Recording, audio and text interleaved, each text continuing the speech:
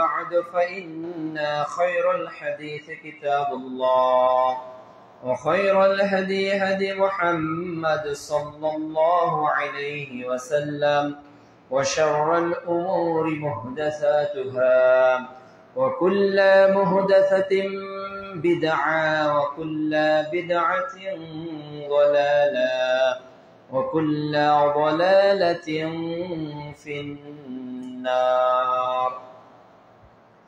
وقال تعالى: أعوذ بالله من الشيطان الرجيم.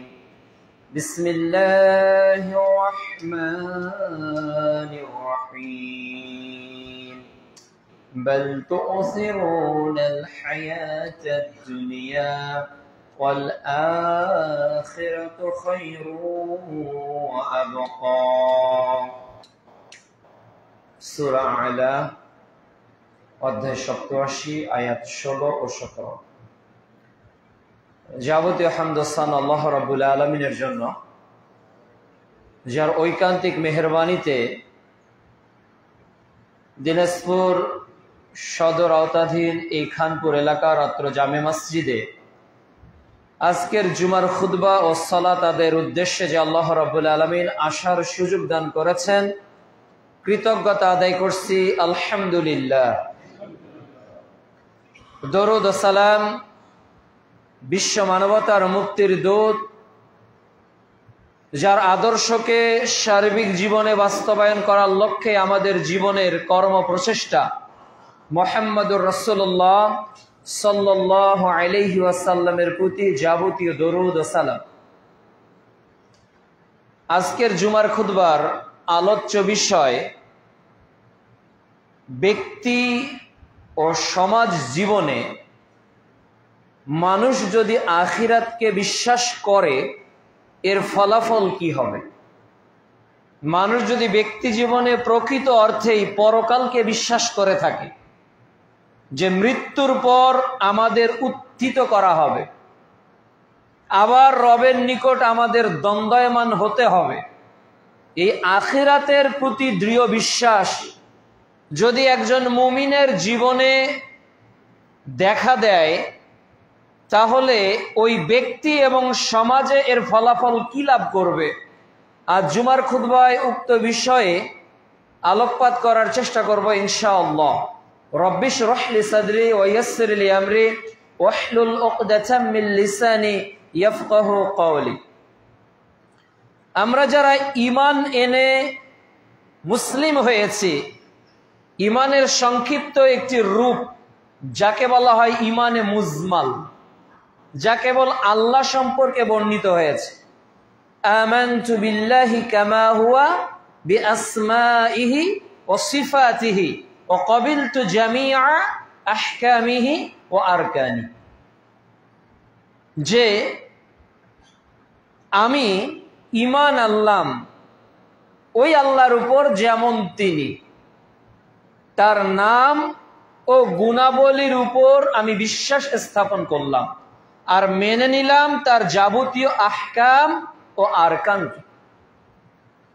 ঈমানের পূর্ণ আরেকটি রূপ হলো ঈমানে মুফাসসাল বা বিস্তারিত ঈমান। এখানে মৌলিকভাবে ৬টি বিষয়ের উপর ঈমান আনতে হয়।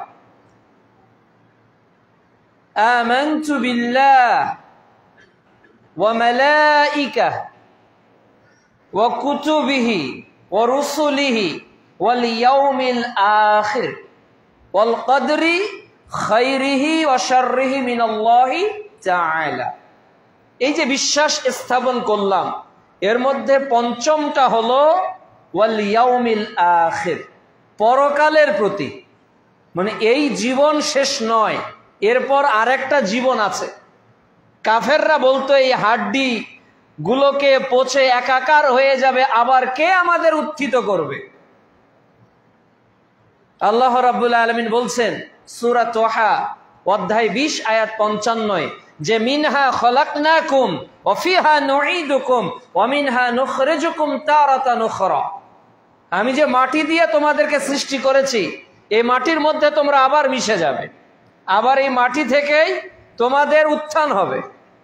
প্রতিদিন আমরা জীবন মৃত্যুর মধ্য দিয়ে দুনিয়াবী জীবন অতিবাহিত করছি। প্রতিদিন আমরা মরছি, আবার জীবিত হচ্ছি। প্রতিদিন আমাদের দেহে আখিরাতের একেবারেই ন্যারো সিমটমের বহির্প্রকাশ ঘটে। ঘুমাতে যাই আল্লাহর নিকট এ আহ্বান দোয়া করে যে আল্লাহুম্মা বিসমিকা আমুতু ওয়া আহয়া, আল্লাহ আমি তোমার নামে কি করতেছি, মাউত মানে কি, মারা গেছে যে লোকটা, আমি তোমার নামে মৃত্যুবরণ করি।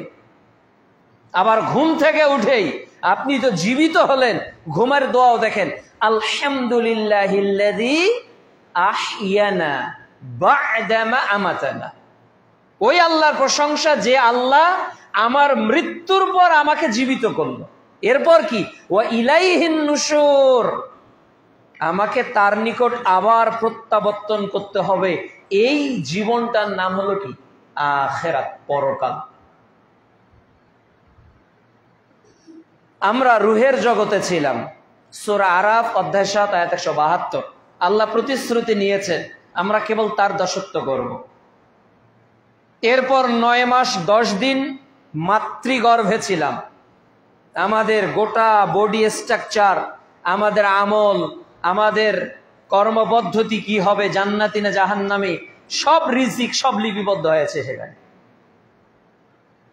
এরপর এসেছি এই দুনিয়ার জীবনে, এখানে 60 থেকে 70 বছর এর কম বেশি সময় অবস্থান করব। এটা হলো দুনিয়াবী জীবন। এরপর আমাদের মৃত্যু চলে আসবে। এরপর আমরা কবরে চলে যাব। কিয়ামতের আগ পর্যন্ত আলমে বারজাখ একটা জীবনে আমাদের প্রত্যেককেই থাকতে হবে। আপনাকে বাঘে খেয়ে মৃত্যু হোক, আপনি পানিতে ডুবে মারা যান, আপনি মাটি চাপা পড়ে মারা যান, আপনার লাশ যদি পৃথিবীর কেউ খুঁজে না পায়, আল্লাহ পাবেন না? তো ওটাই আপনার জন্য আলমে বারজাখ। ওই জীবনটা আপনার জন্য আল্লাহ যেমন চাইবেন তেমন। এরপর মানুষকে উঠানো হবে।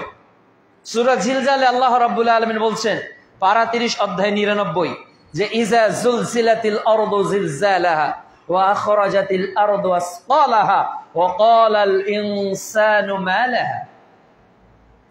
যখন পৃথিবী কম্পিত হবে, কম্পনের সৃষ্টি হবে, তখন মানুষ অবাক হয়ে যাবে। মানুষ বলবে ওয়া ক্বালাল ইনসান মা লাহা, আরে পৃথিবী তোমার কি হলো? সূরা কারিয়ায় আল্লাহ তাআলা বলছেন, আল কারিয়াহ, মহা দুর্ঘটনা। এই মহা দুর্ঘটনাটা কি? যেই দিন এই পাহাড়গুলো ধ্বনিত তুলার ন্যায় উঠতে থাকবে, মানুষগুলো বিক্ষিপ্ত পতঙ্গের ন্যায় ছোটাছুটি করতে থাকবে, ওই দিন হলো কিয়ামত, ওই দিন হলো পরকাল। ওইটাকে বলে আখিরাত। ওইটা বিশ্বাস না করা পর্যন্ত কোনো মুমিন হতে পারে না। এরপরেও আজকের আলোচ্য বিষয়, ব্যক্তি জীবনে ও সামাজিক জীবনে কেউ যদি ওই দিবসটাকে বিশ্বাস করে তাহলে তার ফলাফলটা কি হবে। সূরা ফাতিহায় প্রতিদিন, প্রতি ওয়াক্তে, প্রতি রাকাতে আমরা বলি মালিকি ইয়াউমিদ্দিন। ওই বিচার দিবস আসবেই আসবে। এই আখিরাত দিবসকে যদি আমরা বিশ্বাস করি তাহলে আজকের খুতবায় 10টি ফলাফল আমাদের জীবনে ঘটবে। যদি এগুলো না ঘটে, যদি আমার জীবনে এর প্রভাব বিস্তার না হয়, যদি আখিরাতের বিশ্বাসের এই 10টি আমল আমার জীবনে আমার ঈমানকে আন্দোলিত না করে, আমার কর্মকে, আমার দেহকে, আমার অ্যাক্টিভিটিজের রূপরেখার পরিবর্তন না আনে, তাহলে মৌখিকভাবে আমরা আখিরাতের বিশ্বাসের স্বীকৃতি দিয়েছি, কিন্তু কর্মে সেটা বাস্তবায়ন করিনি। এই লোকটা ঘুমাচ্ছে। জি, আপনি উজু করে আসেন, হাঁটুতে হাত দিয়ে খুতবা শোনা যাবে না। কেউ হাঁটুতে হাত দিবেন না। একাধিক সহিহ হাদিস নিষেধ আছে। 3 মাথাতে খুতবা শোনা যাবে না। এই যে মুরব্বী অসুস্থ হলে ভিন্ন, এই হেলান দেওয়া যাবে না। যে পিলারে কেউ হেলান দিতে পারবে না। কমপক্ষে 1 ফিট 6 ইঞ্চি ডিস্টেন্স রেখে দাঁড়াবেন। আগে আসবেন, আগে, পিছনে কেউ যাবেন না। সাহাবীরা লটারি করত কে আগের কাতারে থাকবে। আর আমরা শীত আসলে রৌদ্র কোথায়, তাহলে ইমানের চেয়ে দেহের মহব্বতটা বেশি না আমাদের? ইমানের মহব্বতের থেকে দেহের মহব্বত বেশি। ফ্যানটা কোথায়? ওটা পিছনের কাতারে হলো, ফ্যানের নিচেই দাঁড়ানো। তাহলে আমার ইমানের খোরাক এত বেশি মূল্যবান নয় যত বেশি দেহটা আমার কাছে দামি। প্রিয় উপস্থিতি, কেউ যদি ব্যক্তি ও সামাজিক জীবনে আখিরাতকে বিশ্বাস করে তাহলে আল্লাহ রাব্বুল আলামিন এর যে কোনো ফয়সালাকে সে হাসি মুখে মেনে নিবে। এটা হলো 1 নাম্বার ফল তার জীবনে পাবে। কেউ যদি আখিরাতকে বিশ্বাস করে, আল্লাহর এনি জাজমেন্টকে সে হাসি মুখে মেনে নিবে। তার মধ্যে কোনো এক্সটেন্ড থাকবে না, তার মধ্যে কোনো অজুহাত থাকবে না। সে আল্লাহর বিধান মানতে গিয়ে কোনো যুক্তি দাঁড় করাবে না, সে হাসি মুখে মেনে নিবে। এটা হলো আখিরাতকে বিশ্বাসের 1 নাম্বার ফলাফল। আল্লাহ রাব্বুল আলামিন বলছেন সূরা নিসা অধ্যায় 4 আয়াত 59, ইয়া আইয়ুহাল্লাযীনা আমানু, হে ঈমানদার বান্দাগণ, আতিউল্লাহ ওয়া আতিউর রাসূল, তোমরা আনুগত্য করো আল্লাহ এবং তার রাসূলের, ওয়া উলিল আমরি মিনকুম, আর তোমাদের মধ্যে যারা উলুল আমর নির্দেশদাতা। এরপর আল্লাহ রাব্বুল আলামিন বলছেন যে ফাইন তানাযাতুম ফি শাইইন, যদি কোনো বিষয় তোমাদের মধ্যে মতনৈক্য হয়, মত পার্থক্য হয়, যদি কন্ট্রাডিকশন কোনো বিষয়ে দাঁড়িয়ে যায়, ফারুদ্দুহু ইলাল্লাহি ওয়ার রাসূল, তাহলে সেই বিষয়টা আল্লাহর দিকে এবং রাসূলের দিকে ফিরিয়ে দাও। সংসদ ভবনের দিকে নয়, কোনো ব্যক্তির দিকে নয়। সেই বিষয়টার ফয়সালাকারী চূড়ান্তভাবে কে করবে? আল্লাহ এবং তার রাসূল। এরপর আল্লাহ তাআলা বলছেন ইন কুনতুম তুমিনুনা বিল্লাহি ওয়াল ইয়াউমিল আখির, যদি তোমরা আল্লাহ ও পরকালকে বিশ্বাস করো। তাহলে যদি আমরা পরকালকে বিশ্বাস করি তাহলে আল্লাহর দেওয়া ফয়সালা এবং রাসূলের দেওয়া ফয়সালার পর আর কারো ফয়সালার দিকে আমরা তোয়াক্কা করব কি? কখনোই করব না। যদি আমরা আখিরাতকে বিশ্বাস করি, আল্লাহ যা হালাল বলেছে, আল্লাহ যা হারাম করেছে, প্রিয় নবী যা হালাল করেছে, প্রিয় নবী যা হারাম করেছে, এর বাইরে আর কোনো অধিকার আমাদের থাকবে না। একই কথা সূরা আহজাব অধ্যায় 33 পারা 22 আয়াত 36 আল্লাহ তাআলা বলছেন কোন মুমিন নর ও নারীর এ স্বাধীনতা নেই যে আল্লাহ রাব্বুল আলামিন এবং তার রাসূল কোন নির্দেশ যদি দেয় এটার বিপরীত সে করবে। যদি করে তাহলে সে স্পষ্ট পথভ্রষ্ট হয়ে যাবে। আমরা দেখি যে এই আল্লাহ রাব্বুল আলামিনের এই বিধানের নীতিকে তারা কিভাবে বরণ করে নিয়েছিল। সহিহ মুসলিমের এই হাদিসটি এসেছে 1695 নম্বর হাদিস এবং মিশকাতুল মাসাবিতে দ্বন্দ্ববিধি সমূহ অধ্যায়ে এই হাদিসটি এসেছে 3562 নম্বর হাদিস, যে রাসূল সাল্লাল্লাহু আলাইহি ওয়াসাল্লামের নিকট জেনাকারী পুরুষ এসে বলতেছে যে আপনি আমার বিচার করেন। সে জানে না বিচারের ফয়সালাটি কি হবে। ওই পুরুষ জানতো না যে আমি জেনার যে বিচার নিয়ে রাসূলের কাছে আসতেছি তিনি কি ফয়সালা করবেন। তিনি জানতেন, এর পরেও তিনি সেটা হাসি মুখে বরণ করেছেন। কেন? আজকে দুনিয়ার আদালতে যদি আমি মুক্তি পেয়ে যাই, আজকে দৃষ্টির অগোচরে যদি আমার এই অন্যায় ঘটে থাকে, কিন্তু কাল আখিরাতে এর জবাব আল্লাহর নিকট আমাকে দিতে হবে। কাজেই দুনিয়াতে বিচার ফয়সালা হয়ে যাক, আখিরাতে যাতে বিচারের সম্মুখীন হতে না। এটা হলো আখিরাতের বিশ্বাসের বাস্তবতা। যে মুমিন জীবনে আর একজন মহিলা গাদিমী এসে বলছেন যে আমাকে পবিত্র করেন, তখন বলতেছে তুমি ফিরে যাও, তওবা করো। তখন ওই মহিলা বলতেছে আপনি কি ওইভাবে আমাকে ফিরিয়ে দিতে চাচ্ছেন যেমন মাস বিন মালিককে ফিরিয়ে দিয়েছেন, অথচ আমার পেটে জারজ সন্তান রয়েছে। তো বলতেছে বাচ্চা হোক তারপর আসো। বাচ্চা হলো তারপর আসো। বললো বাচ্চাকে দুধ পান করাও, ও যদি কিছু খেতে পারে দুধ ছাড়া তখন নিয়ে আসো।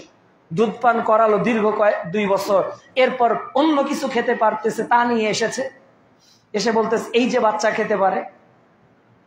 তখন তাকে রজমের বিধান দিলেন। ওই মহিলা জানতেন যে আমার কি হবে, এমনকি তিনি কি বলছেন, আপনি কি আমাকে ফেরত দিবেন মায়েজ বিন মালিকের মতো, আপনি আমাকে ফেরত দিয়েন না, শাস্তি এখনই দেন। সুবহানাল্লাহ। আখিরাতের প্রতি একটা মুমিন জীবনের কতটা বিশ্বাস থাকলে একটা অপরাধী নিজে এসে তার অপরাধ স্বীকার করে। আর আজকে দুর্নীতি দিয়ে গোটা পৃথিবী, বাংলাদেশ ভর্তি হয়ে গেছে। গতকালকে এক ভাইয়ের সাথে কথা হচ্ছিল, উনি বাংলা ডিপার্টমেন্ট থেকে মাস্টার্স পাস। উনি একটা তথ্য বললো যে ভাই, গতকালকে এক জায়গায় একটা তথ্য পেলাম, বাংলাদেশের যে পরিমাণ ঋণ, এই 18 কোটি যে বাচ্চাটা আজকে জন্মগ্রহণ করে আদমশুমারিতে নাম লিখিয়েছে, এই 18 কোটি মানুষের প্রত্যেকের মাথা পিছু প্রায় 45 থেকে 50 হাজার টাকা। অথচ আপনি ঋণ কার কাছে করছেন? আপনার ঋণ কিভাবে হলো? তাহলে যে যত বড় নেতা সে তত বড় দুর্নীতিবাজ। ওদের বোঝা আমাদের জনগণের উপর বহন করতে হয়। হঠাৎ করে কারেন্ট বিল বেড়ে যাবে, দেখবেন কোনো হিসাব নেই, স্বাভাবিক গতি একটা, হঠাৎ করে 600 টাকার কারেন্ট বিল 800 টাকা হলো, এর উত্তর নেই।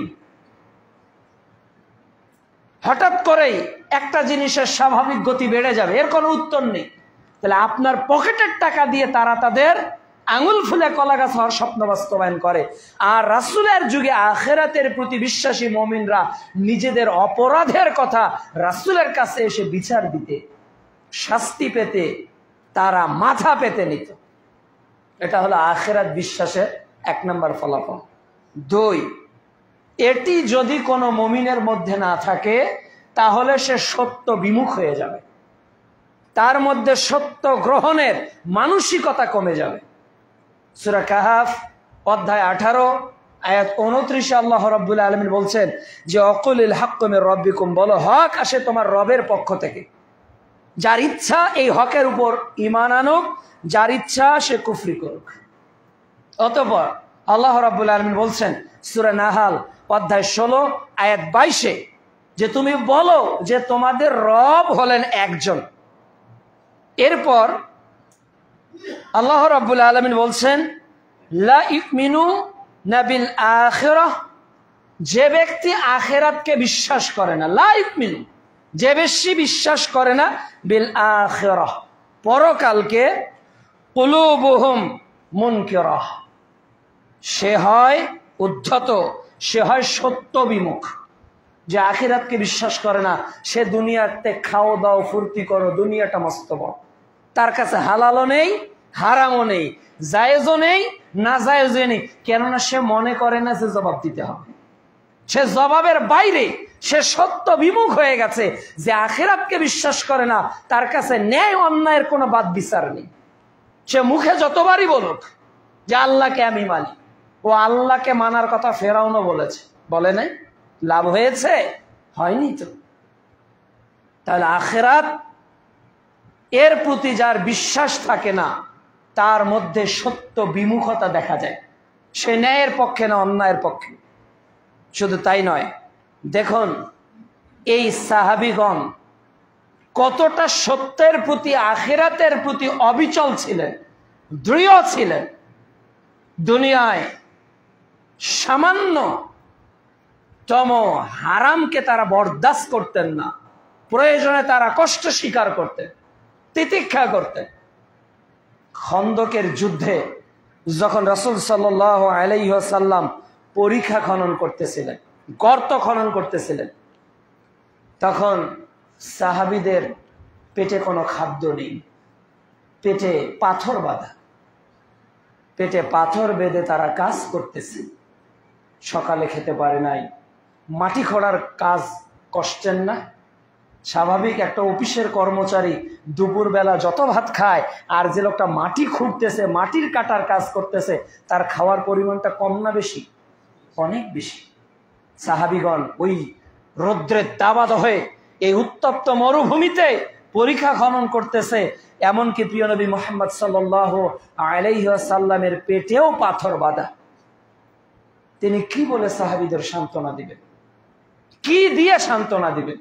তিনি কবিতা বলা শুরু করলেন। সহিহ বুখারীতে এ বাক্যগুলো এসেছে 4098 নম্বর হাদিস। তিনি বলতেছেন, আল্লাহুম্মা লা আইশা ইল্লা আইশাতুল আখিরাহ। হে আল্লাহ, আমাদের কোনো বিশ্রাম নেই আখিরাতের বিশ্রাম, আরাম ছাড়া। সুবহানাল্লাহ। দুনিয়াতে কি কষ্ট, বিশ্রাম নিব কোথায়? পরকালে আরাম পাবো কোথায়? আখিরাতে। এরপর তিনি বলছেন যে ফাগফিরলি মুহাজিরা ওয়াল আনসার, আল্লাহ তুমি মুহাজিরদের ক্ষমা করো, আনসারদের মাফ করো। সাহাবীদের ঈমানি চেতনা, কাজের গতি আরো বেড়ে গেল। সুবহানাল্লাহ। কি দিয়ে সান্ত্বনা দিয়েছেন? আখিরাতের আয়েশের কথা বলে তোমরা জান্নাত পাবে, আখিরাতের স্বপ্ন দেখিয়েছেন। ইমাম শাফি রাহমাহুল্লাহকে প্রশ্ন করা হলো যে আপনি এত দিনের জন্য মেহনত করছেন, আপনার কি বিশ্রামের প্রয়োজন হয় না? ইমাম শাফি রাহমাহুল্লাহ বলছেন, যেই দিন আমার প্রথম পাটা জান্নাতুল ফেরদৌসে প্রবেশ করাবো, ওই দিনই আমি আরাম আয়েশ করবো, এর আগে না। এটা হলো আখিরাতের প্রতি তাদের বিশ্বাস। আর আমরা দুনিয়ার আয়াম আয়েশের জন্য কত কিছু করতেছি। কবরটাকে সুন্দর করার জন্য কি কোনো চেষ্টা আমাদের আছে? কোথায় তারা আর কোথায় আমরা? তাদের ছিল আখিরাতের স্বপ্ন, তারা সব সময় বিভোর থাকতেন আমার পরকাল, আমার আখিরাত। এই জন্য তারা সত্য থেকে বিমুখ কখনোই হয়। 3 নাম্বার, যারা ব্যক্তিগত জীবনে আখিরাতকে বিশ্বাস করে তারা নেকির কাজে তাদের একাগ্রতা তৈরি হয়। নেকির কাজ যে কোনো মূল্যে সে করতে চায়, তার মধ্যে ঈমানি চেতনার সম্প্রসারণ ঘটে। আল্লাহ রাব্বুল আলামিন বলছেন সূরা শুরা অধ্যায় 42 আয়াত 20, যে ব্যক্তি আখিরাতের ফসল কামনা করে, ফসল আখিরাতের কামনা করে, আমি আল্লাহ রাব্বুল আলামিন তার ফসলকে বহুগুণে বাড়িয়ে দিই। সুবহানাল্লাহ। আল্লাহর কাছে কি কখনো আখিরাতের আয়েশ চেয়েছেন? আল্লাহ, আমার ছেলে অসুস্থ, মেয়ে অসুস্থ, বাড়ি করব, গাড়ি করব, ছেলের মেয়ে বিয়ে হচ্ছে না, ছেলের চাকরি হচ্ছে না, মেয়ের বিয়ে হচ্ছে না, একটা জায়গা কিনতে চাচ্ছি হচ্ছে না, একটা দোকান কিনছি ব্যবসা ভালো না। আমাদের চাওয়া আল্লাহর নিকট সবটাই দুনিয়া। শুধু দুনিয়া হলেই যেন আমরা we are success in our whole life, আমরা আমাদের পুরো জীবনে হয়তো সফল হতে পারবো।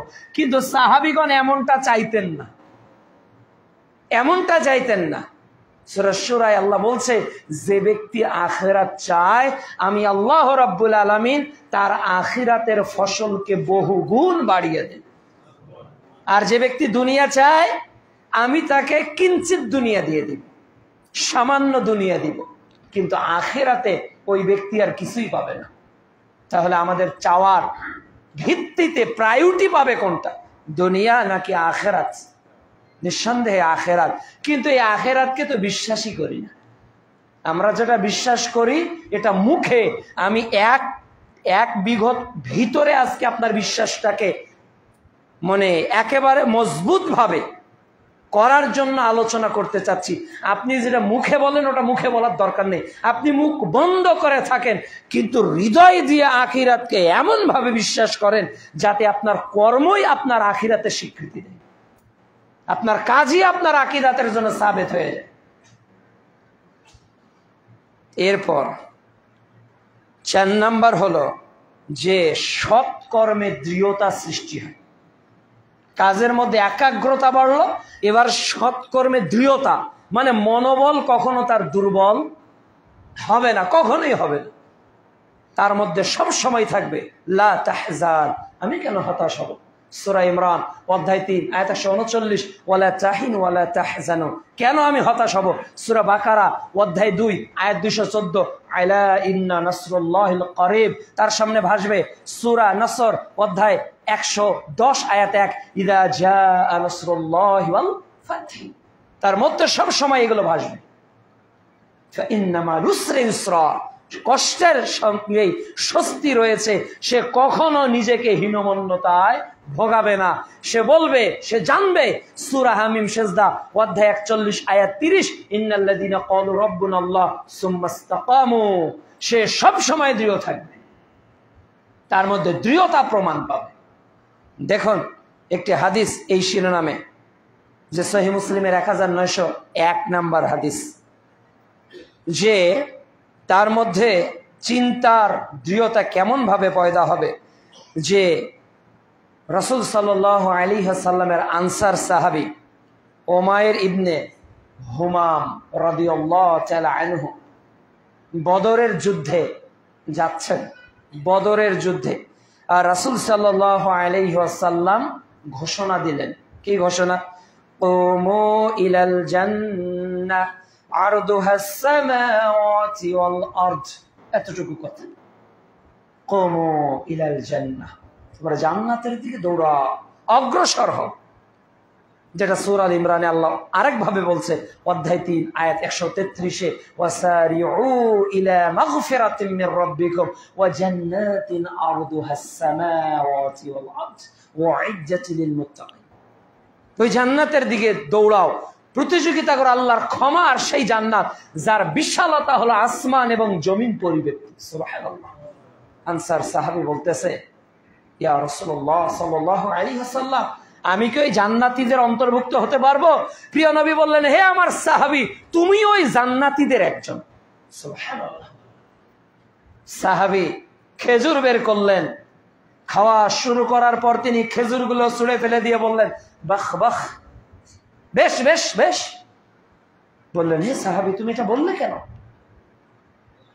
তখন ওই সাহাবী বলতেছেন, আল্লাহ রাসূল সাল্লাল্লাহু আলাইহি ওয়াসাল্লাম, আমার মনে হচ্ছে এই খেজুরগুলো আমার হায়াতের সময়টাকে দীর্ঘ করে দিচ্ছে, আমার দুনিয়ার জীবনের বাসার সময়টাকে আরো লম্বা করে তুলছে, আমার আখিরাত, আমার জান্নাত যেতে হয়তো এই খেজুরটা আজকে আমার প্রতিবন্ধকতা, এই জন্য খেজুর আমি ছুঁড়ে ফেললাম, আমার দুনিয়ার প্রয়োজন নেই, আমি চললাম আল্লাহর আখিরাত এবং জান্নাতের দিকে। সুবহানাল্লাহ। ছুটে চললেন জান্নাতের পানে, কাফেরদেরকে জাহান্নামে পাঠিয়ে দিয়ে নিজেও শাহাদতের পিয়ালা পান করে রাসূলের ভাষ্য মতো তিনিও জান্নাতীদের অন্তর্ভুক্ত হয়ে গেলেন। সুবহানাল্লাহ। এটা কখন হয়েছে সম্ভব? যখন রাসূল সাল্লাল্লাহু আলাইহি ওয়াসাল্লাম তার মধ্যে ঈমানের চেতনাকে, পরকালীন বিশ্বাসকে দৃঢ় করেছে। এই যে মসজিদ যারা কমিটিতে আছেন, বলেন তো মাসে কয় টাকা বেতন পান? পান নাকি? মসজিদের কমিটি কি বেতন দেওয়া হয়? হয় না। একটা মাদ্রাসা আছে, মাদ্রাসা কমিটির কি কোনো বেতন আছে? নাই। তাহলে এই লোকগুলো যারা মাদ্রাসার পিছনে, মসজিদের পিছনে, এই দেখা যাচ্ছে ইট কিনতে যাচ্ছে, ফ্যান কিনতে যাচ্ছে, একটা ফ্যান নষ্ট, মিস্ত্রি ডেকে এনে খুলে নিয়ে মেকারের কাছে নিয়ে গিয়ে আবার ভালো করে তুলছে, একটা মাদ্রাসা করবে, এখানে দৌড়াচ্ছে, ওখানে দৌড়াচ্ছে, এর কাছে 2 টাকা নিচ্ছে, ওর কাছে 1000 ইট নিচ্ছে। আছে না কিছু মানুষ? এই মানুষগুলো কি বেতনের বিনিময়ে কাজ করে নাকি? কুমু ইলাল জান্নাহ। ওই লোকটা আশা করে, আরে একটা মানুষ যদি মসজিদে নামাজি হয়ে যায়, তার ফ্যানের বাতাসে হয়তো আমি নেকি পাবো। সে মনে করে একটা ছাত্র যদি আল্লাহর পরিচয়, মারেফত চিনতে পারে, আল্লাহর দ্বীন, আল্লাহর নবীকে চিনতে পারে, হয়তো পরকালে আমি নাজাত পাবো। আমি হয়তো ওই দ্বীনের কাজ করি না। তার মধ্যে যখন ইস্তেকামাত তৈরি হয়, তার মধ্যে যখন এই দৃঢ়তা তৈরি হয়, সে তখন তার পরিবারের সময়টাকে কোরবানি দিয়ে, তার অফিসের সময়কে কোরবানি দিয়ে, তার ব্যবসার সময়কে কোরবানি দিয়ে, তার ক্ষেত খামারের সময়টাকে কোরবানি দিয়ে ব্যয় করে কোন পথে? কুমু ইলাল জান্নাহ, আল্লাহর জান্নাতের দিকে। এটা কখন সম্ভব? যখন আখিরাতের প্রতি বিশ্বাসটা দৃঢ় থাকবে। না হলে বলবে অমুকের ছেলের কোনো খেয়ে দেয়ে কাজ নাই, ও সময় পেলেই লাইব্রেরি, সময় পেলেই কোরআন, সময় পেলেই ইসলামের কথা, সময় পেলেই কোনো একটা আলোচনায় যাওয়া, ওর আর কোনো কাজ নেই। কিন্তু এরা যে কার পাগল, এরা যে কার মহব্বতে দিনকে দিন, রাতকে রাত মনে করে না, এটা কেবল জানেন কে? আল্লাহ। যেটা সাহাবীদের ছিল। তাহলে 4 নাম্বার সৎকর্ম, দৃঢ়তা তৈরি হবে যখন আপনার আখিরাতের প্রতি বিশ্বাস মজবুত হবে। 5, বিপদে ধৈর্য ধারণের ক্ষমতা বেড়ে যাবে। কোন বিপদ আপনাকে আটকাতে পারবে না। বিপদ আসবে, এ কথা ঠিক, তবে বিপদ আপনার পথের প্রতিবন্ধকতা হবে না। মার খাবে, জেলে যেতে হবে, হয়তো শুলির কাষ্ঠেও উঠতে হতে পারে, কিন্তু বিপদে মুমিনরা কখনো টলকে কোনো দিনও পড়েন। আল্লাহ রাব্বুল আলামিন বলছেন যে কুল্লু নাফসিন যায়িকাতুল মাউত, প্রত্যেক প্রাণীকেই মৃত্যুর স্বাদ আস্বাদন করতে হবে। ওয়া ইন্নামা তুআফফুনা উজুরাকুম ইয়াউমাল কিয়ামাহ, আর প্রত্যেককেই তার প্রতিদানের বদলা প্রদান করা হবে আখিরাতে। আপনার কর্মের ফল অবশ্যই আপনাকেই ভোগ করতে হবে। সূরা জিলজালে আল্লাহ আরো স্পষ্ট করেছেন 7 ও 8 নম্বর আয়াতে, ফামান ইয়া'মাল মিসকালা যাররাতিন খায়রান ইয়ারাহ ওয়া মান ইয়া'মাল মিসকালা যাররাতিন শাররান ইয়ারাহ। অনুপরিমাণ ভালো কর্ম করেছেন, বিচারের মাঠে ওটা দেখানো হবে। খারাপ করেছেন, ওটাও দেখানো হবে। প্রত্যেকটা জিনিস হাইলাইট হবে।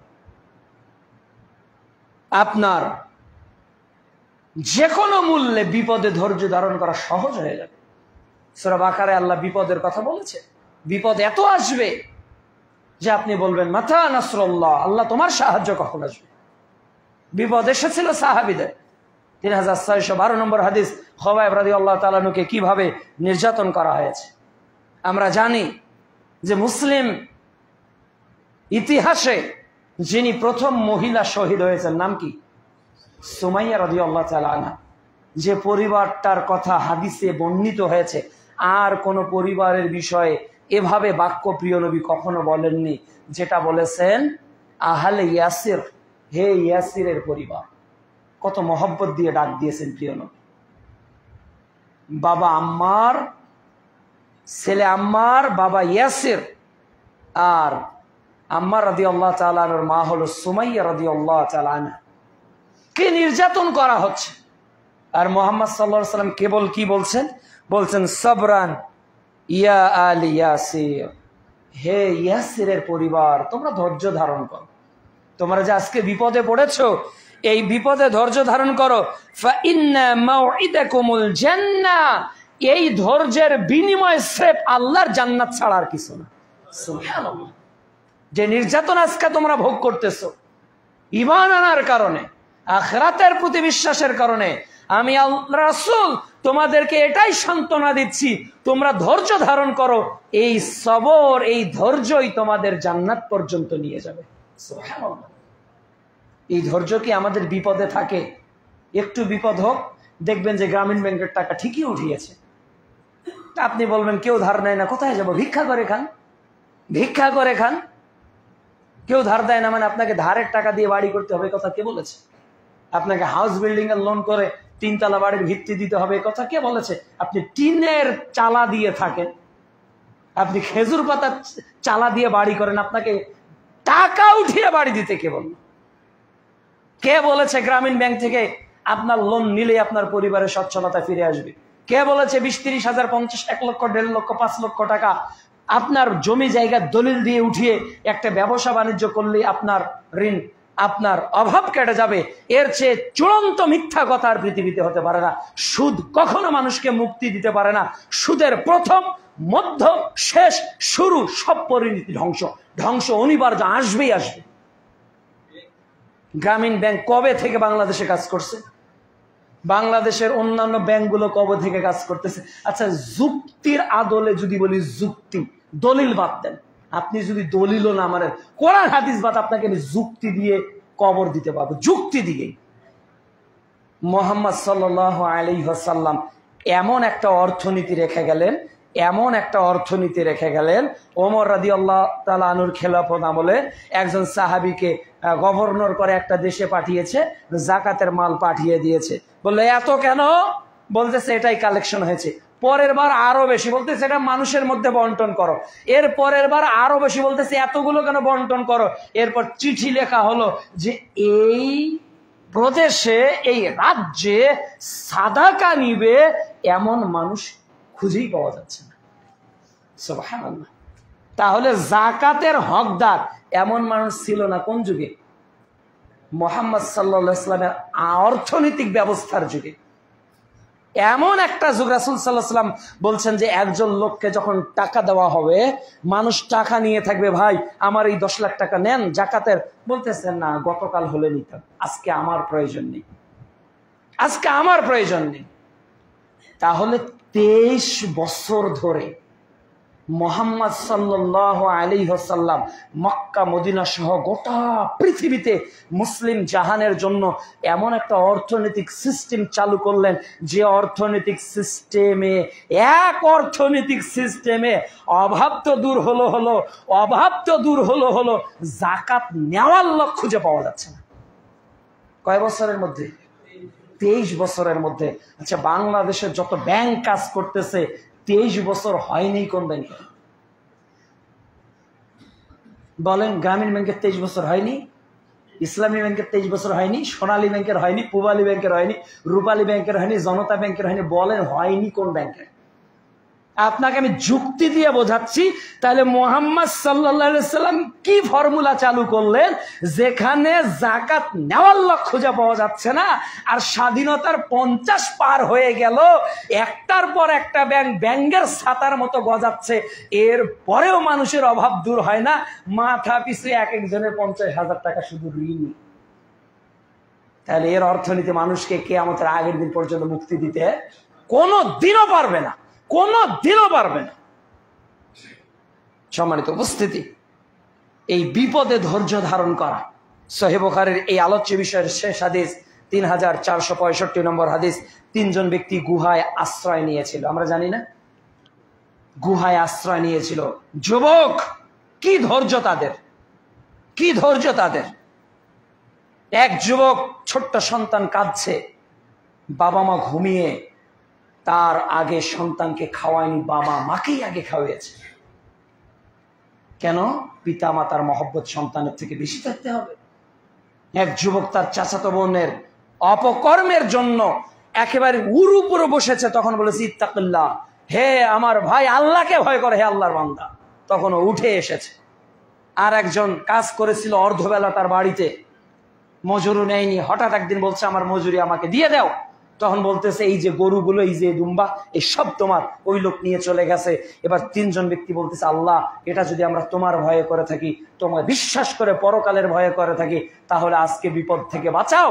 এই গুহার ভিতর থেকে মৃত্যু প্রায় এই 3টি লোক, তাদের পরকালে আল্লাহকে বিশ্বাস করার কর্ম দিয়ে তারা জীবনে দুনিয়াতে রক্ষা পেয়েছে। সুবহানাল্লাহ। তাহলে আপনার আমার এমন কোন কর্ম আছে যা আপনি হাত তুলে আল্লাহকে বলতে পারবেন? বলেন তো, আপনি আমি যে অভাব বিপদের মধ্যে পড়ে যাই না, আপনি আমি এককভাবে কেউই নেই। আপনি আর আপনার রব, আমি আর আপনার রব, আমরা আর আপনার রব এক ঘরে, কেউই নেই। আমি আমার রবের সঙ্গে কথা বলে 2টা হাত তুলে এমন কি বাক্য বলতে পারবো যেটা আখিরাতের জন্য করেছি, যেটা মানুষকে দেখানোর জন্য ছিল না, মানুষকে শোনানোর জন্য ছিল না? খুবই কঠিন, খুঁজেই পাবেন না, খুঁজেই পাচ্ছেন না, সম্ভবই না। সবই আমরা দুনিয়ার জন্য করতেছি, কোনো না কোনো ভাবে আল্লাহর জন্য করেছি এমন আমল খুঁজেই পাওয়া মুশকিল। কেননা আখিরাতের বিশ্বাস আমাদের দিন দিন কমতে বসেছে। 6 নম্বর হলো, সর্ব অবস্থায় আল্লাহ ভীতি আপনার তৈরি হবে। যে ব্যক্তি আখিরাতকে বিশ্বাস করবে, সে যেখানেই থাক, যে অবস্থায় থাক, যে মুহূর্তেই থাক, সিসিটিভির অন থাক আর অফ থাক, কেউ তাকে দেখুক অথবা না দেখুক, 24 আওয়ার্স সে একজনের ভয়ই থাকবে। তিনি কে? আল্লাহ। সূরা ইমরান অধ্যায় 3 আয়াত 102, সূরা নিসা অধ্যায় 4 আয়াত 1, সূরা আহজাব অধ্যায় 33 আয়াত 70।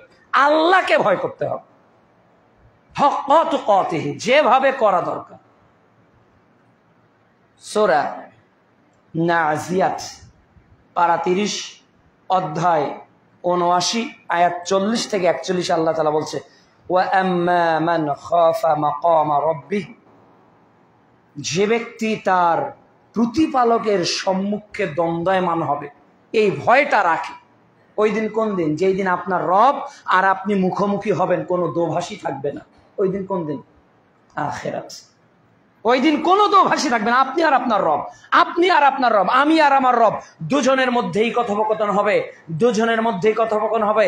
একটি সময় মুখ বন্ধ হয়ে যাবে, হাত কথা বলবে, চোখ কথা বলবে, চামড়া কথা বলবে, কান কথা বলবে, পা কথা বলবে, অঙ্গ প্রত্যঙ্গ কথা বলে আপনার রবের সামনে আপনি আর আপনার রব, মাঝখানে কথা বলার কেউ থাকবে না, মিডিয়া কেউ থাকবে না, ভাষা ট্রান্সলেট করার কেউ থাকবে না।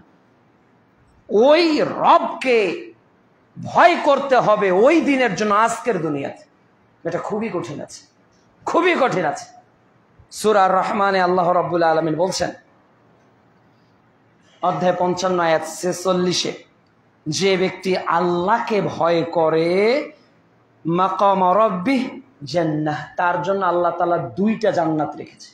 সুবহানাল্লাহ, আপনার জন্য 2টা জান্নাত, যদি আপনি রবকে ভয় করতে পারেন, যে আপনার রবের সামনে আপনাকে দণ্ডায়মান হতে হবে। ইন্নামা আখিরাত, পরকাল। কিভাবে ভয় করতেন? ইসলামের 5ম খলিফা যাকে বলা হয়, যাকে দ্বিতীয় ওমরও বলা হয়, ওমর ইবনে আব্দুল আজিজ রাহমাহুল্লাহ, তিনি একদিন প্রচুর কান্না করতেছেন। এত কান্না, চোখ বেয়ে পানি পড়তেছে, দাড়ি ভিজে যাচ্ছে। তার স্ত্রীর নাম ফাতেমা ছিল। তার স্ত্রী বলতেছে, স্বামী আপনি এত কান্না করেন কেন, এত কাঁদছেন কেন? তখন ওমর ইবনে আব্দুল আজিজ তার স্ত্রী ফাতেমাকে বলতেছে, ফাতেমা শোনো, আমি স্বপ্নে দেখলাম যে বিচারের মাঠে আল্লাহ রাব্বুল আলামিন একদল মানুষকে জাহান্নামের দিকে নিয়ে যাচ্ছেন, আর এক দলকে জান্নাতের দিকে নিয়ে যাচ্ছেন। আমার কেন জানি মনে হচ্ছে যে আমি যদি সেই জাহান্নামীদের অন্তর্ভুক্ত হয়ে যাই। এ কথা বলার পর এত জোরে চিৎকার দিলেন যে সঙ্গে সঙ্গে তিনি বেহুশ হয়ে পড়ে গেলেন। এ ছিল তাদের পরকালের হিসাব আল্লাহর সাথে, এ ছিল তাদের আধ্যাত্মিক অবস্থা আল্লাহর সাথে। কতটা মুআমেলাত ছিল, কতটা তাদের দৃঢ়তা ছিল আল্লাহর প্রতি, কতটা ভয় ছিল বিচারের মাঠের প্রতি, কতটা ভয় ছিল পরকালের প্রতি। আজকে আমরা ঠকাতে পারলেই মনে করি যে আমি খুব চালাক। ঠকানোটাই আজকে চালাকি। সবচেয়ে ভেরি ক্লেভার বয়, ইন্টেলিজেন্ট পারসন, যে মানুষকে ঠকাতে পারলো, যে ওর সবার আগে টিকিটটা নিতে পারলো, সবার আগে দুর্নীতি করে কিছু ফায়দা নিতে পারলো, সেই হলো সবচেয়ে দামি। এরপর 7 নাম্বার হলো তার মধ্যে অল্পে তুষ্টি জন্মে নেয়। সে অল্পতেই তুষ্ট হয়ে যায়, তার মধ্যে ব্যাপক চাহিদার সৃষ্টি হয় না। কারণ ব্যাপক চাহিদা আখিরাতের প্রতি যারা বিমুখ, এটা তাদের আচরণ। যাদের চাহিদা শেষ নেই, এরা আখিরাতকে বিশ্বাস করে না। আলহাকুমুত তাকাসুর হাত্তা যুরতুমুল মাকাবির, এই চাহিদা আপনার শেষ হবে না, মৃত্যু অবধি চলতেই থাকবে, আনলিমিটেড ডিমান্ড। অথচ সহিহ বুখারীর হাদিস দেখুন, 4913 নম্বর হাদিস, ওমর রাদিয়াল্লাহু তাআলা আনহু প্রিয় নবী মুহাম্মদ সাল্লাল্লাহু আলাইহি ওয়াসাল্লামের কাছে আসলেন। তখন রাসূল সাল্লাল্লাহু আলাইহি ওয়াসাল্লাম চাটাইয়ের, খেজুরের চাটাইয়ে শুয়ে আছেন। তিনি উঠে বসলেন, তার পিঠে চাটাইয়ের দাগ। ওমর রাদিয়াল্লাহু তাআলা ছোট্ট বাচ্চার মতো হাউমাউ করে কাঁদলেন আর বললেন, হে আল্লাহ রাসূল সাল্লাল্লাহু আলাইহি ওয়াসাল্লাম, আমরা আপনার জন্য একটা গদির ব্যবস্থা করে দেই, একটা তোশকের ব্যবস্থা করে দেই।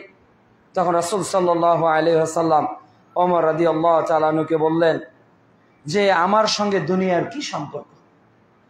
ওমর, তুমি তো এটাকে খুশি নও যে ওদের আছে দুনিয়া, আমাদের আছে আখিরাত?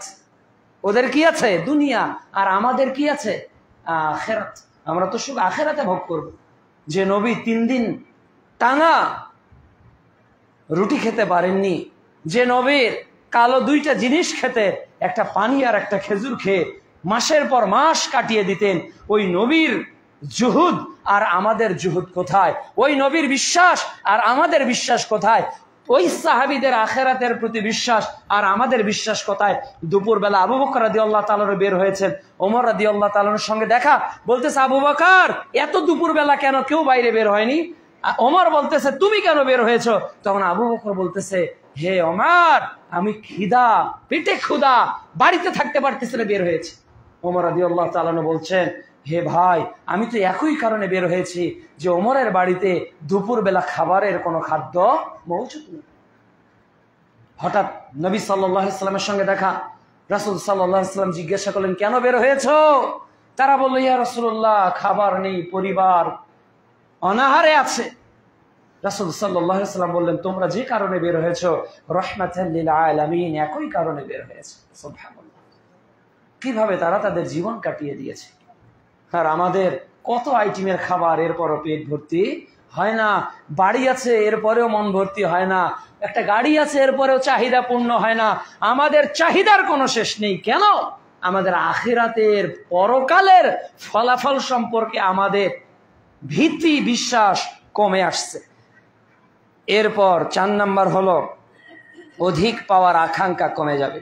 সহিহ বুখারী 4616 নম্বর হাদিস, রাসূল সাল্লাল্লাহু আলাইহি ওয়াসাল্লাম বলছেন, কুন ফিদ দুনিয়া কাআন্নাহু গরীবুন আও আবিরুস সাবিল। বলতেছে, তোমরা পৃথিবীতে এমন ভাবে বসবাস করো যেন তুমি পথিক, না হলে তুমি মুসাফির। এমন ভাবে বসবাস করো। আমরা কি পারি? আমরা পারি না। কত দুর্বলতা আমাদের ইমানের। কেননা আমাদের বিশ্বাস, এতটা দৃঢ়তা আখিরাতের প্রতি এখন পর্যন্ত পয়দা হচ্ছে না। এরপর আখিরাতের প্রতি বিশ্বাস মাজলুমের জন্য সান্ত্বনা। যারা মাজলুম তাদের জন্য সান্ত্বনার জায়গা কোনটা? পরকাল না? পরকাল। এই যে আয়না ঘরে যারা ছিল 8 বছর 10 বছর বিভিন্ন, না তো তারা তো মাজলুমের শিকার, তাই না? তারা তো আখিরাতের জন্য এখন পরকালেই তারা হিসাবের এর প্রতিদান আল্লাহর কাছে চাইবে। মাজলুমের জন্য আশ্রয়, যদি আখিরাতকে বিশ্বাস না করি তাহলে তার মধ্যে হতাশতা কাজ করবে। আর যার মধ্যে না, আমাকে শাস্তি দিয়েছে, এর প্রতিদান আখিরাতে তাকে আল্লাহর নিকট দিতে হবে না? এর জবাব তাকে দিতে হবে। আমি অবশ্যই এর অনারিয়া পাবো।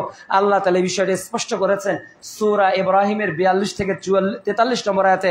আল্লাহ তাআলা বলছেন, ওয়ালা তাহসাবুল্লাহু গাফিলান, যে তোমরা কি মনে করেছো যে আল্লাহ গাফেল? আল্লাহ গাফেল।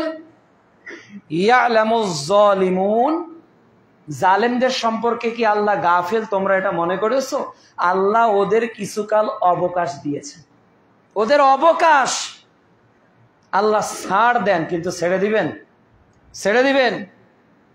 স্বাধীনতার এই নতুন সূর্যোদয় থেকে কি আমাদের প্রত্যেক জালেমদের শিক্ষার অনেক কিছুই নাই? এখানে শিক্ষার নাই?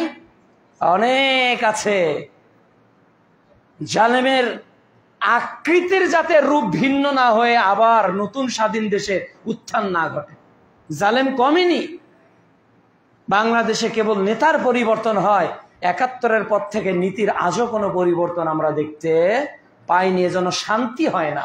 স্বস্তির নিঃশ্বাস ৪৭-এ ফেলেছি, স্বস্তির নিঃশ্বাস ৫২-তে ফেলেছি, স্বস্তির নিঃশ্বাস ৬৯-এর অভ্যুত্থানে ফেলেছি, স্বস্তির নিঃশ্বাস ২০২৪-এ ফেললাম, কিন্তু কোনো স্বস্তি লাস্টিং করে না। এদেশে স্বস্তি লাস্টিং করে না। দেশ ভাগ হলো, মনে করলাম যে হ্যাঁ অন্তত ইংরেজদের হাত থেকে তো বেঁচেছি। এরপর ভাষা, হ্যাঁ মর্যাদা ফিরে পেয়েছি, অভ্যুত্থানে আরেকটি স্বাধীনতা পেলাম, ৭১-এ মানচিত্রের স্বাধীনতা পেলাম, ২৪-এ কিসের স্বাধীনতা পেলেন? স্বৈরাচারের। এখন আর কত সাল অপেক্ষা করতেছে আর একটা স্বাধীনতা? এমন সূর্যোদয় যাতে আর একবার তৈরি না হয় এদেশে। এজন্য নেতার আগে নীতিকে পরিবর্তন করতে হবে। আগে আখিরাতের বিশ্বাস যদি দৃঢ় হয়ে যায়, যেমন মায়েজ ইবনে মালিক, গাদিমি গোত্রের মহিলারা জেনার নিজে শাস্তি নিতে এসেছে, ওই দিন আর সিসিটিভি ক্যামেরা অফিসে লাগবে না। ওই দিন আর কয়টার সময় শিক্ষক ঢুকলো আর কয়টার সময় বের হলো এটা রেজুলেশন লাগবে না। ওই দিন এক একটা মানুষ অটোমেটিকলি আল্লাহওয়ালা হয়ে যাবে, যখন মানুষ আখিরাতকে বিশ্বাস করবে। আখিরাতকে বিশ্বাস করেন। সরকার প্রধানকে বলবো, আখিরাতকে বিশ্বাস করে নীতি করেন। আপনি পুরুষ হন, আপনাকে মরতে হবে না, আপনিও মরবেন। ওই সময় বাংলাদেশের 18 কোটি জনতার দিকে আপনার ফয়সালা হবে না, ওই সময় আল্লাহর বিধান অনুযায়ী আপনার ফয়সালা হবে। কাজে এদেশের মানুষ যদি আপনার কাছে ভালো কিছু না পায়, তাহলে কিন্তু তারাও আর এক মাজলুমের জন্য, জালেমের জন্য মাজলুম হিসেবে তারাও দোয়া করবে। এই জন্য অনেক পরিবর্তনের কথা বলা হচ্ছে, তাই না? হ্যাঁ, জাতীয় সঙ্গীত পরিবর্তন করা হোক। কেননা এই জাতীয় সঙ্গীত আমাদের তৈরি জাতীয় সঙ্গীত নয়, এটা হিন্দুর তৈরি জাতীয় সঙ্গীত। তাও আবার বঙ্গভঙ্গকে কেন্দ্র করেই এটা রচিত। আবার অনেক তথ্য, এ কবিতা, এ গানও নাকি চুরি করা। যারা ঢাকা বিশ্ববিদ্যালয় করার ঘোর বিরোধী ছিল, ওই ঢাকা বিশ্ববিদ্যালয়ে 52-এর ইতিহাস আছে না লুকিয়ে? ওই ঢাকা বিশ্ববিদ্যালয়ে 69-এর ইতিহাস লুকিয়ে আছে না? ওই ঢাকা বিশ্ববিদ্যালয় 71-এর ইতিহাস লুকিয়ে আছে না? ওই ঢাকা বিশ্ববিদ্যালয় 2024 সালের ইতিহাস লুকিয়ে আছে না? কাজে যারা ঢাকা বিশ্ববিদ্যালয়ের প্রতিষ্ঠাতার ঘোর শত্রু ছিল, তাদের সঙ্গে স্বাধীন দেশের মানচিত্রে বড়ই বেমানান। শুধু তাই না, এক কথা শাব্দিক ভাবেও এটা শিরিক মিশ্রিত। ও মা, তোমার আকাশ, মায়ের আকাশ না, আকাশ কার? আকাশ কে সৃষ্টি করেছে? আল্লাহ আসমান ও জমিনের স্রষ্টা। আর প্রাণে বাঁশি বাজাবে কেন? মুসলমানদের অন্তরে কোরআনের সুর উঠবে। আমরা কখনো বাঁশিতে বিশ্বাসী না। আমরা চাই এর পরিবর্তন হোক। এটাও একটা পরিবর্তন, কিন্তু এই পরিবর্তনে কি মানুষের আখলাকের পরিবর্তন হচ্ছে? হচ্ছে কি? হচ্ছে না। আমরা দেখলাম যে অনেক মাজার ভেঙে ফেলা হচ্ছে। মাজার ইসলামে হারাম। শিরিকের আঁকড়া এক একটা মাজার, তাই না? শিরিকের আঁকড়া। রাসূল সাল্লাল্লাহু আলাইহি ওয়াসাল্লাম নিষেধ করেছেন, আলীকে নির্দেশ দিয়েছেন, উঁচু কবরকে ভেঙে সমান করে দাও। টাইলস লাগা কবর আপনার বাবার করতে ইচ্ছা করে, আমার বাবার করতে ইচ্ছা করে না?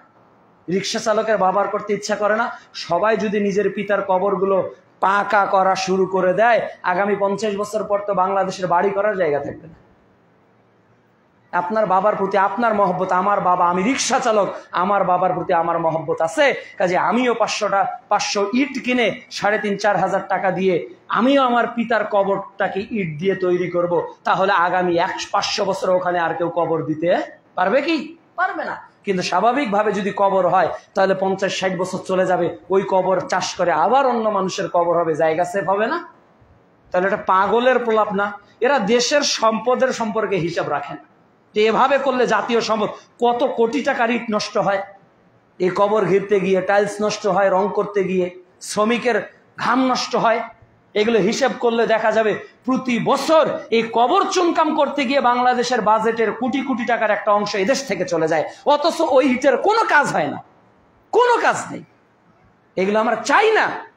এগুলো যার যার জায়গা থেকে তাকে করতে হবে, তবে নিজে থেকেই কারো উপর বল প্রয়োগ করে এটা করা যাবে না। যারা নিজে থেকে অতি উৎসাহিত হয়ে করতেছেন, আমরা তাদের এই কর্মকেও সাপোর্ট করি না। কেননা আল্লাহ তাআলা আপনার ক্ষমতা সম্পর্কে আপনাকে জিজ্ঞাসা করবে। অমুক মাজার আপনাকে গিয়ে ভাঙার ক্ষমতা দেয়নি, আপনি সরকার হলে সেটা আপনার, যদি আপনি সাধারণ পাবলিক আপনি পারবেন না, এটা আপনার ক্ষমতা নেই। কেন? ওইটার জন্য আপনাকে জবাব দিতে হবে না, আপনি বলবেন। কাজে প্রত্যেকটা জিনিসে আল্লাহ রাব্বুল আলামিন যেন আখিরাতের প্রতি বিশ্বাসী হওয়ার তৌফিক দান করেন, এবং সর্বশেষ হলো ব্যক্তি জীবনের আমূল পরিবর্তন ঘটবে। প্রতিটি কাজে যখন আপনি আখিরাতকে লক্ষ্যবস্তু করবেন, বাল তুসিরুনাল হায়াতাদ দুনিয়া ওয়াল আখিরাতু খায়রু ওয়া আবকা, যদি আপনার কাছে দুনিয়ার জীবনের চেয়ে আখিরাত প্রায়োরিটি পায়, তাহলে দুনিয়ার জীবন আপনার কাছে ঠুনকো মনে হবে, দুনিয়ার জীবনের হিসাবের চেয়ে পরকালীন হিসাবটা আপনার কাছে বেশি প্রয়োজনীয় মনে হবে। আল্লাহ সুবহানাহু ওয়া তাআলা বিষয়গুলো অনুধাবন করার তৌফিক দান করুন। আল্লাহুম্মা আলহামদুলিল্লাহি ওয়াহদা ওয়াসসালাতু ওয়াসসালাম